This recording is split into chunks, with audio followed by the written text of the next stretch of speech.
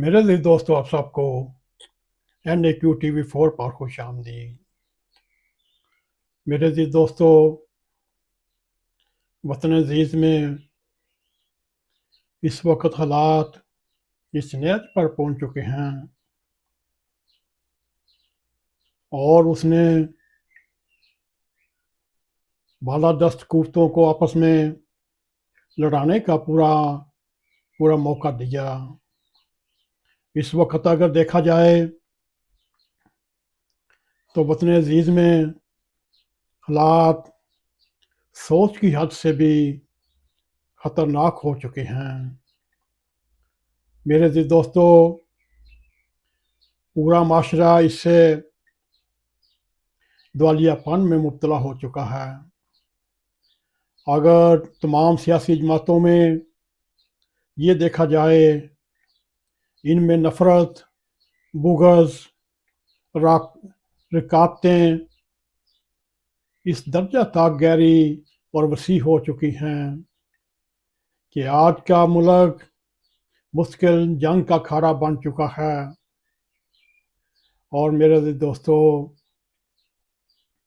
اور یہ سیاسی جماعتیں اپنے حریفوں کو صفحہ ہستی سے مٹا دینے کی سرے عام باتیں کر رہی ہیں۔ میرے عزیز دوستو، یہ باتیں ہو رہی تھیں، حالات اپنی پستی کی طرف جا رہے تھے۔ اسی درمیان ایک ایسا جان انگیز لمحہ آیا جو 9 مئی کا حادثہ بن کر سامنے آیا۔ میرے عزیز دوستو، 9 مئی 2023 پاکستان کی تاریخ کا ایک سیاہ ترین دن اور منحوس تھا، مگر یہ بھی دیکھا جائے ان کے سہولت کاروں نے ان کا مختلف وجوہات کی بنا پر ملک کی سالمیت پر حملہ کرنے والے خطرناک منصوبوں کے خالق اور اصل مجرم انصاف کے کٹہرے میں نہ لائے سکے۔ میرے عزیز دوستو، اس بے سیرتی ناتوانی کا نتیجہ یہ نکلا۔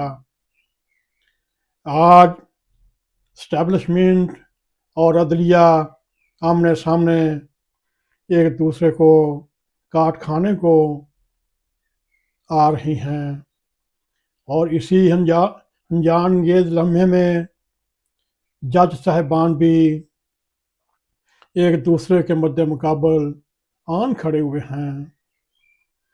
میرے عزیز دوستو، حالات حاضرہ کا یہ پہلو اگر دیکھا جائے، یہ سب سے خطرناک ہے۔ قومی سلامتی اور ملک کی وحدت کے لیے یہ ایک بہت بڑی آزمائش کا پیش خیمہ ہے۔ میرے عزیز دوستو، آئیے ہم آپ کو ایک اور ہولناک عبرت انگیز بات یہ بتانے کی کوشش کریں گے کہ یہ واقعات غیر معمولی تیز رفتاری سے تبدیل ہو رہے ہیں، مگر ہمارے حالات اشروں سے ایک ہی ڈگر پر چل رہے ہیں۔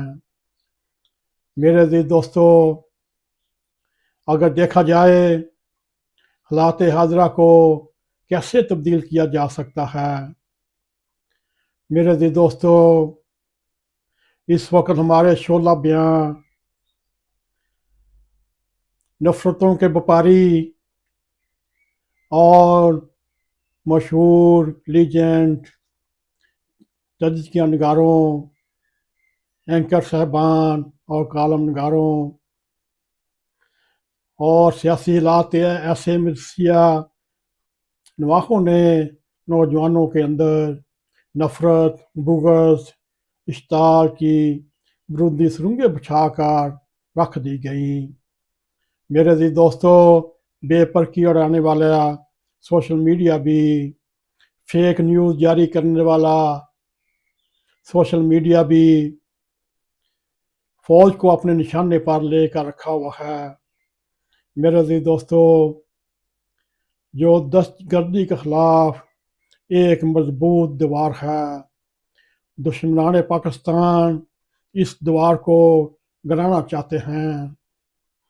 میرے عزیز دوستو، اگر اس کی دوسری جانب دیکھیں، اس وقت ملک کے معاشی حالات بے قابو ہیں اور قابو نہیں آ رہے۔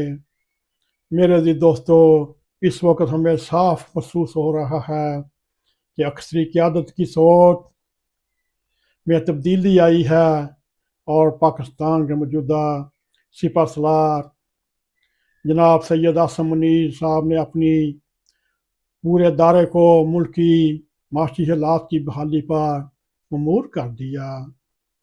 میرے عزیز دوستو، قانونی ضابطوں کے مطابق وجود میں آنے والی سرمایہ کاری بھی خصوصی طور پر پوری طرح فعال ہے اور حکومت کی اچھی کارکردگی بھی جا رہی ہے، اور دیکھا جائے آسانیاں پیدا کرنے میں پاکستان میں بڑے پیمانے پر سرمایہ کاری کا رسک لینے کو تیار ہیں۔ میرے عزیز دوستو، اس وقت تمام سیاسی جماعتوں کی یہ ذمہ داری ہے کہ آپس میں مل بیٹھیں اور ماحول کو سازگار کریں اور ایک دوسرے کے سر پھٹول کرنے کی غرض چھوڑیں اور پاکستان کی سالمیت کے لیے مثبت کردار ادا کریں۔ میرے عزیز دوستو، اگر ان تمام کوششوں میں بڑھ چڑھ کر حصہ لیا جائے جو پاکستان کی اقتصادی پسماندگی ہے اور غیر یقینی کیفیت سے نکل سکتی ہے۔ میرے عزیز دوستو، آئیے رب کریم سے دعا کرتے ہیں، اے رب کریم پاکستان کی حفاظت فرما، پاکستان کی تکلیفات دور فرما، پاکستان کی جتنی مشکلات ہیں وہ دور فرما، جتنے دشمنان پاکستان ہیں ان کو نیست نابود فرما۔ میرے عزیز دوستو، اگر آپ کو ہمارا یہ پروگرام پسند آئے، اس کو لائک بھی کریں، اس کو شیئر بھی کریں، کمنٹ سیکشن میں جا کر اپنا ظاہر خیال کرتے ہوئے NAQ TV4 کو سبسکرائب کریں اور جاتے جاتے بیل آئیکن کو ضرور کلک کریں تاکہ ہماری آنے والی ویڈیو آپ تک پہنچی رہیں۔ اسی کے ساتھ ہمیں اجازت دیں۔ السلام علیکم ورحمۃ اللہ وبرکاتہ۔ NAQ TV4